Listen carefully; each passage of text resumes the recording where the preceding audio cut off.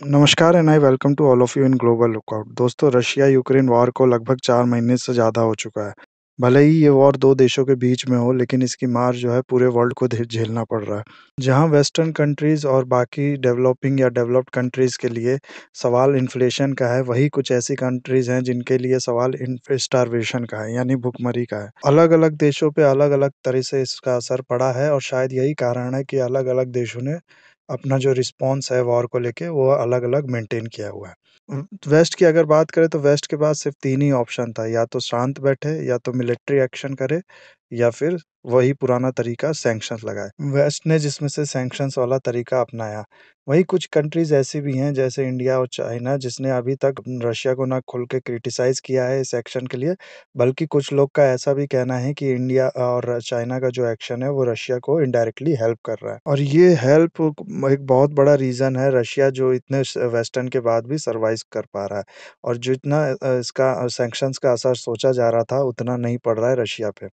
तो क्या ये बात सही है? इसमें कितना सच्चाई है? ये सब हम लोग देखेंगे इस वीडियो में, प्लस और भी बहुत कुछ देखेंगे। क्या रीज़न है जिसकी वज़ह से रशिया जो है रशिया पे सैंक्शंस का उतना असर नहीं पड़ पा रहा है?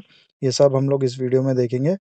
तो आपको क्या करना है पता ही होगा, आपको एंड तक बने रहना है इस वीडियो में। और अगर आपको लगे ये वीडियो ने आपके टाइम में कुछ वैल्यू ऐड किया है, तो इस वीडियो को लाइक करना है, शेयर करना है, कमेंट करना है और सब्सक्राइब करना है चैनल को। 24 फरवरी हम लोग को पता है रशिया इन्वेड करता है यूक्रेन को, उसके बाद सीरीज़ ऑफ सैंक्शन शुरू हो जाते हैं इसके खिलाफ।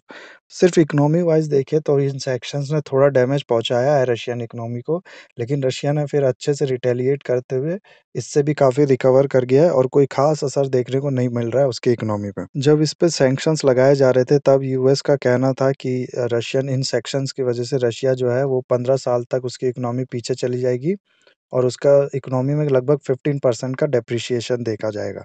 सिर्फ़ यही नहीं, उसके कई एसेट्स भी फ्रीज़ कर दिए गए थे, जैसे कि 315 बिलियन के एसेट जो overseas asset central bank of Russian federation के, उसको फ्रीज़ कर दिया गया था। बाद में ये जो 15% का कॉन्ट्रैक्शन का प्रेडिक्शन था, इसको कम करके 9.8 कर दिया गया और कुछ डाटाज़ के अकॉर्डिंग अभी ये कहा जा रहा है कि रशिया की जो इकोनॉमी है, वो सिर्फ़ 7% से कॉन्ट्रैक्ट करेगी। तो जो आप लोग देख सकते हैं, जो प्रेडिक्शन था उस टाइम जब सैंक्शंस लगाए जा रहे थे, उतना रिज़ल्ट नहीं हुआ है। थोड़ा-सा असर पड़ा है, रशिया की इकोनॉमी कॉन्ट्रैक्ट कर रही है, जो इकोनॉमी साल 5% से ग्रो कर रही थी, वो थोड़ा कॉन्ट्रैक्शन देखने को मिल रहा है, लेकिन उतना असर नहीं पड़ा है रशिया की इकोनॉमी पे, जितना एक्सपेक्टेड था। दरअसल जब यूएस किसी कंट्रीज़ पे सैंक्शन लगाता है, तो कई सारे इसमें रिस्ट्रिक्शन लगा दिए जाते हैं उस कंट्रीज़ पे। जैसा कि ट्रेड बैन, उस कंट्री से ट्रैवल बैन कर दिया रिस्ट्रिक्ट कर दिया जाता है। उसके उस कंट्री के एसेट जितने यूएस में है वो फ्रीज़ कर दिए जाते हैं। तो इन सब की वजह से उस इकोनॉमी पे बुरा असर पड़ता है। तो इस केस में भी ऐसा ही हुआ, रशिया के कुछ एसेट्स फ्रीज़ कर दिए गए। रशिया के साथ ट्रेड करने के लिए यूएस मना करने लगा सबको। लेकिन यहाँ पर एक कैच ये है कि जो यूरोप कंट्रीज़ है वो हेविली डिपेंडेंट है इस समय रशिया पे फॉर देयर एनर्जी नीड्स, जिसको इतनी अचानक से पूरा कम कर देना पॉसिबल नहीं है किस यूरोपियन कंट्रीज़ के लिए।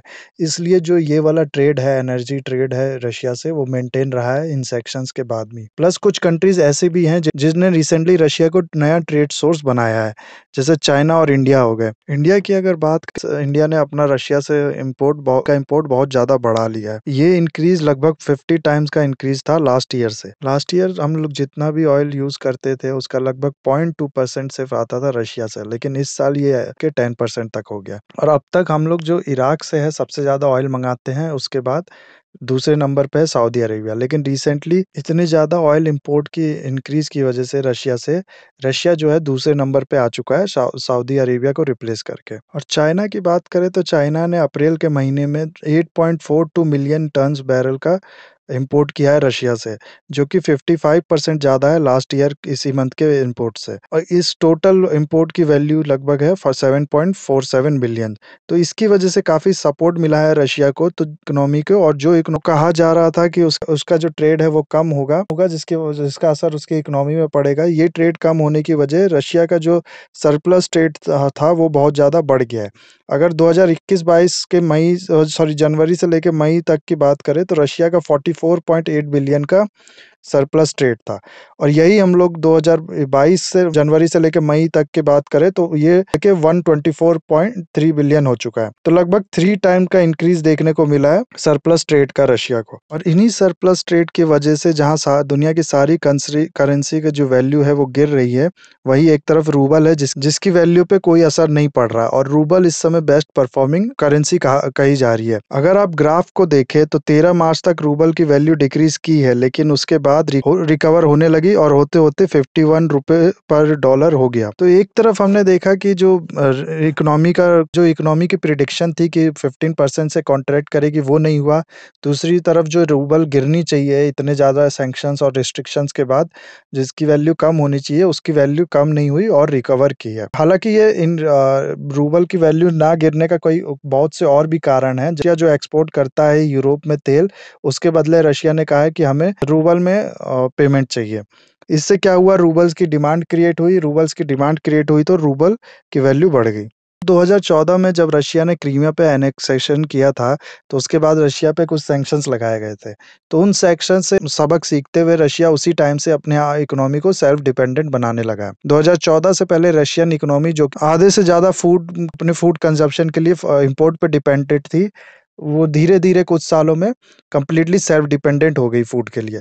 तो इस तरह से बाकी भी बहुत चीज़ों में जो कॉमन यूज़ के लिए चीज़ें होती हैं, उसके लिए रशिया ने अपने आप को सेल्फ डिपेंडेंट बना लिया है। इसकी वजह से जो जो ट्रेड का कम होना था सैंक्शंस की वजह से, उस पे कोई ख़ास असर नहीं पड़ा है। इसीलिए बहुत टाइम से यूएस जो है इंडिया को पर्सुएड करने में लगा हुआ है कि वो जो अपना स्टैंस है वो बदले और रशिया को क्रिटिसाइज़ करे और उसको इनडायरेक्टली हेल्प करना बंद करे। और बहुत मीडिया भी टारगेट करती हैं, आपने देखा होगा कई ऐसे यूट्यूब पे क्लिप्स हैं जिसमें एस जयशंकर जी जो हमारे मिनिस्टर हैं उनसे सवाल पूछा जाता है, जिसका रिप्लाई भी वो बहुत अच्छे से देते हैं। जो इस एक तरह से ये कहा जा रहा है कि इंडिया और चाइना जो है इनके हेल्प की वजह से रशिया पे जो सैंक्शंस का वो कोई खास असर नहीं पड़ा। जो इकोनॉमिक वॉर शुरू किया था वेस्टर्न कंट्रीज़ ने, इसका रशिया पे कोई खास असर नहीं पड़ रहा। हो सकता है लॉन्ग टर्म में कोई असर पड़े भी, लेकिन अगर शॉर्ट टर्म की बात करें तो रशिया पे कोई खास असर नहीं पड़ रहा। जबकि बाकी कंट्रीज़ में क्या हुआ है, पूरा सप्लाई चेन डिसरप्ट हो जाने की वजह से बाकी कंट्रीज़ में इन्फ्लेशन देखने को मिल रहा है, सबकी इकोनॉमीज़ डाउन है, डिमांड बिल्कुल गिर गया है, और कुछ कंट्रीज़ ऐसी भी हैं जहाँ पर भुखमरी जैसी सिचुएशन क्रिएट हो गई है। श्रीलंका पहली कंट्री बन गई जो पूरा डिफ़ॉल्ट कर चुकी है डेब्ट पे, और हाल में श्रीलंका में क्या हो रहा है ये आप सब जानते होंगे, अगर आप न्यूज़ को फ़ॉलो करते हैं तो। पाकिस्तान को भी कहा जा रहा है कि वो भी उसी लाइन पे है, उसमें भी कुछ टाइम बाद श्रीलंका जैसी सिचुएशन क्रिएट हो सकती है। तो रशिया का तो कुछ ख़ास नहीं बिगड़ा, लेकिन बाकी इकोनॉमीज़ पे बहुत नेगेटिव असर पड़ा है। यही कारण है गाइस जो यूएस और वेस्टर्न सैंक्शन है, इसकी एफिशिएंसी पे भी सवाल उठाया जा रहा है। क्या ये सैंक्शंस अब उतने कैपेबल हैं या नहीं हैं? पिछले कुछ सालों में हम लोग को ये देखने को मिला कि इसके जो सैंक्शंस थे वो उतना पॉलिसी चेंज नहीं ले पाई उस कंट्रीज़ पे जिसमें ये सैंक्शन लगाई गई थी। जैसे कि ईरान का एग्ज़ाम्पल देख लें, रशिया में केस में भी हम लोग ने देखा कुछ चेंज नहीं हुआ। तो ये कहने का मतलब है कि ये जो यूएस और वेस्ट लगा रही हैं, वो एक तरह से लगा के अपनी ही बेइज़्ज़ती करा रही हैं। पॉलिसी चेंज तो नहीं ला पा रही, लेकिन एक तरह से ह्यूमैनिटेरियन क्राइसिस बहुत ज़्यादा क्रिएट कर दे रही हैं। तो ज़रूरत है वेस्ट को इस सैंक्शंस वाले वेपन्स को रीएनालाइज़ करने की और इसको समझने की, कहाँ ये काम करेगा और इसके नेगेटिव इफ़ेक्ट क्या होंगे अच्छे से समझ के तब इसको यूज़ करने की। और साथ ही साथ मैं ये भी कहूँगा कि इस जो वॉर है इसको जल्द से जल्द एंड करना चाहिए। अगर जल्द से जल्द इसका सॉल्यूशन नहीं निकलता है तो पॉसिबिलिटीज़ हैं कि बाकी कुछ कंट्रीज़ भी, पाकिस्तान जैसी कंट्रीज़ या फिर जो इकोनॉमी स्ट्रॉन्ग कंट्रीज़ हैं लाइक इंडिया भी, उस पे भी काफ़ी नेगेटिव इफ़ेक्ट पड़ सकता है, वो भी डिफ़ॉल्ट कर सकती हैं। तो ख़त्म करते गाइस इस वीडियो को। अगर आपको ये वीडियो अच्छा लगा तो आपको लाइक करना है, इस वीडियो को कमेंट करना है और शेयर करना है इस वीडियो को अपने दोस्तों के साथ, करंट अफेयर्स के बारे में जानने में जो इंटरेस्टेड है, प्लस इस चैनल को सब्सक्राइब करना है। That's it for the video guys, have a nice day, take care.